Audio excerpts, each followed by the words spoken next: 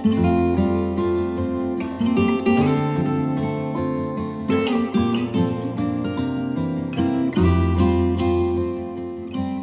everyone, Christina here.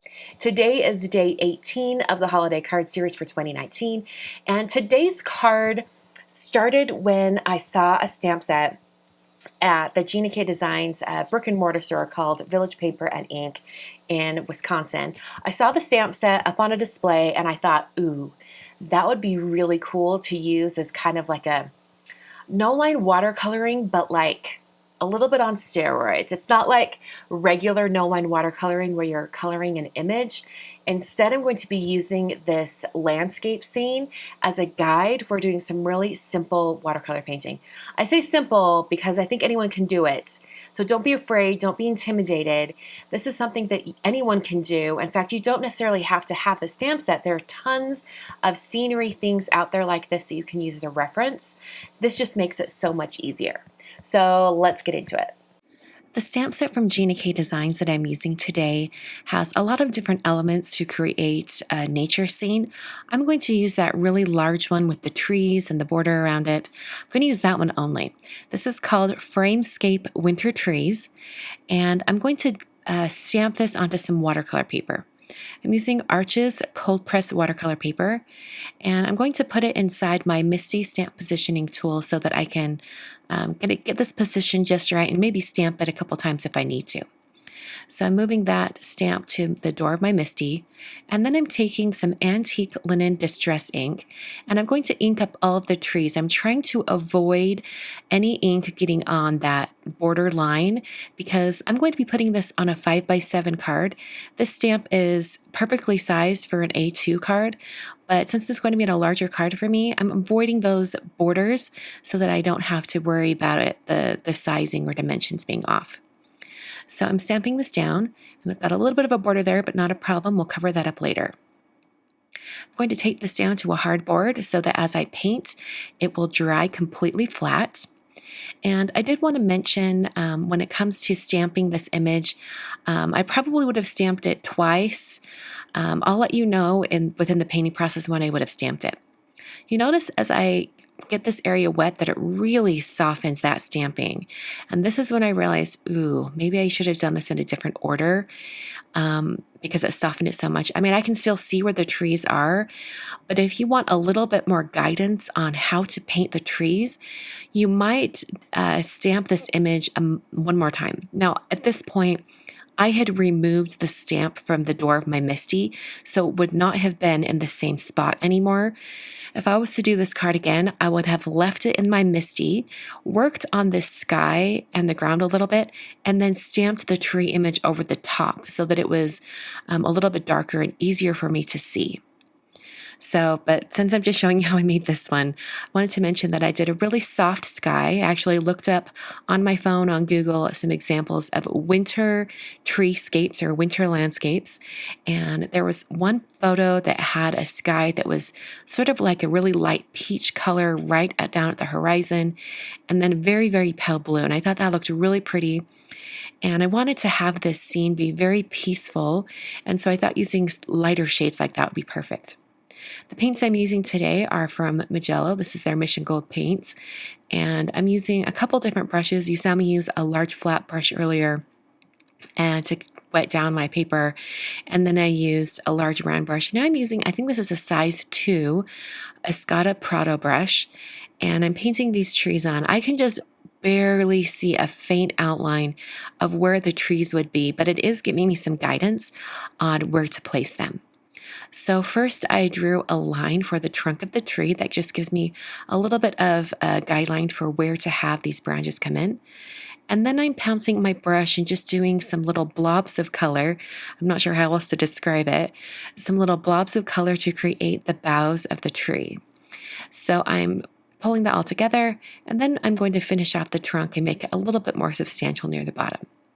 I did this for all of the other trees, and I also brought in that stamp set just to reference and look at so that I would have a little more of an idea of where the trees would be, since I did lose quite a bit of the tree detail when I went over the stamped images. So like I mentioned before, if I was to do this again, before I started painting the trees, I would have stamped the tree image one more time so that it had a really good guide for where to paint these trees. And it would also show me the shapes of the trees and how to paint them. So if you want to try something like this on your own, I would highly recommend trying that. At this point, I wasn't entirely sure what I was doing. I was kind of experimenting. So that is something that I learned that I would do the second time around. So I'm continuing on and painting all of these trees. These ones in the front are not quite as tall as the ones in the back. And then I'm going to finish off with this really, really tall tree here on the side. Now, this is the one that has the border line right next to it. I'm not going to worry about that border for now. As I was painting along here, I decided, these trees look nice and all, but I think they would look even better with a little bit of snow on them. So at this point, I decided, okay, once these trees are dry, I'm going to come back in and paint some white gouache on top.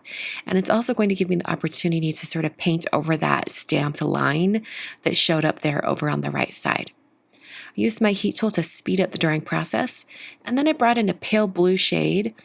It's the same blue that I used in the sky, but it's just a little more intense right now since it wasn't as diluted. And I'm bringing it in and covering up some of these sort of larger areas. I want the blue shade to be underneath the trees so that when I add the white gouache on top, you'll be able to see it. I could put the white gouache directly on top of this watercolor paper, and you might be able to see it a little bit, but it wouldn't be very substantial or really noticeable. So I wanted to make sure I put down a very pale color so that when I add those snowbanks with the white gouache, that it would actually show up. I'm using a lot of water here to soften these painted areas, and then I hit that with my heat tool. Now I'm going to be taking some gouache and kind of squeezing it out onto that acrylic block off to the side. You could use any slick surface since you can just use some water and clean everything up later. I'm still using that same paintbrush, and I've diluted my gouache a little bit so it's more fluid and easier to paint with. And I'm first going to add the snow to the trees. So I'm putting the snow right on top of these tree boughs. And I'm trying to remember in my mind, okay, the snow would be on the top of each one of these branches.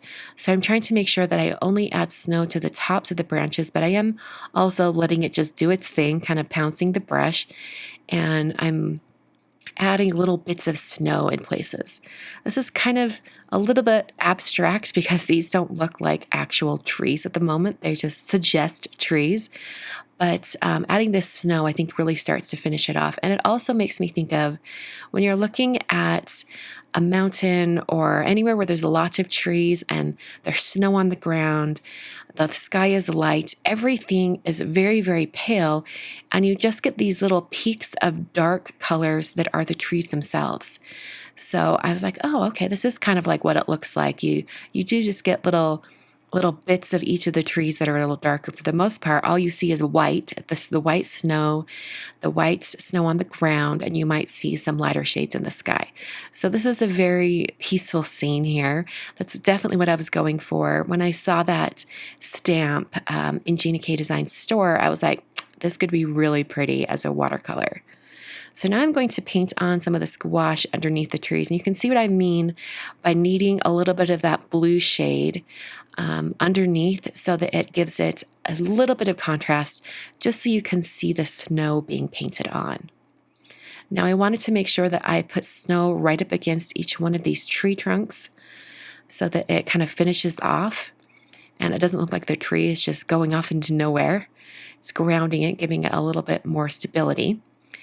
And I added this white gouache to a lot of different areas, and I wanted to make sure that as I painted them, I did kind of have a horizontal brush stroke because I wanted the snow to sort of spread out horizontally from each tree trunk so that it creates little clusters of trees, almost little islands of snowbanks with the trees on them.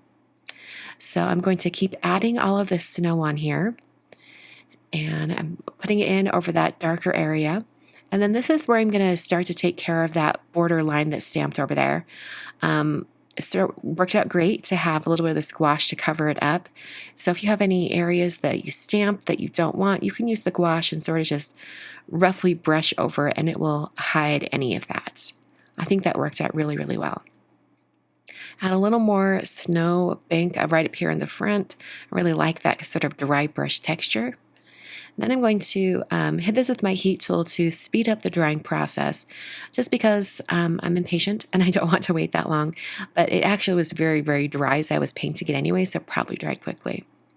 I'm now going to take the Tiny Words Christmas stamp set from Simon Says Stamp, and there's a very itty bitty stamp on here that says Peace on Earth.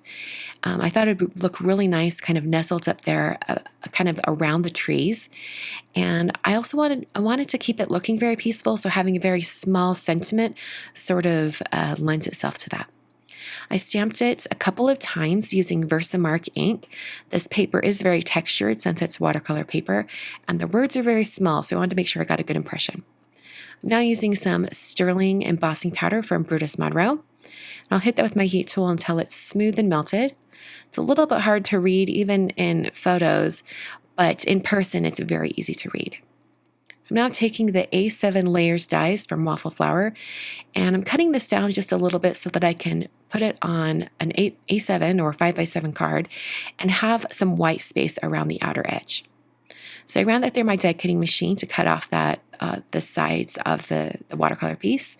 And now I'm using my Versamark ink pad and inking up the edges of my watercolor painting. I'm going to add that silver embossing powder just to the edges. It's going to give it a little bit more of a metallic finish and kind of bring in that silver on the sentiment. So I'm dipping the corners or the sides of my painting into the sterling embossing powder. And I'm just letting it get a little bit of that embossing powder on each one of these sides. Dipping that in and making sure that my embossing powder covers all the sides. I'll tap off the excess, and then I used my heat tool to heat set this until it was completely melted. Now this is going to add just a little bit of shine right on the edge of this watercolor painting. It really finishes it off. So I've put some foam tape on the back of my watercolor panel, and I'm putting it onto a white card base, pressing that down. And that finishes my entire painting for today. I hope what I've learned helps you if you try this out, and I really enjoy how this ended up. I hope you guys enjoyed this card. I had a lot of fun painting it, and I had some like soothing Christmas music playing in the background. It was very picturesque, and it was the perfect vibe for this kind of peaceful scene that I wanted to paint. So I hope you guys enjoyed that. And you can always change up the colors of the sky a little bit, make it a little bit more dramatic if you'd like, but I love how peaceful this turned out. On screen, I've got 3 more videos for you to check out. These are going to be videos from previous years of the holiday card series. And if you want to see all of the day 18 videos for all 10 previous years of the holiday card series, I'll have a link down below in the video description so you can click through and see all of those. Thank you so much for watching. Don't forget to subscribe, and thanks so much for watching, and I'll see you guys on Friday for day 19. We're speeding along here. Thanks for watching.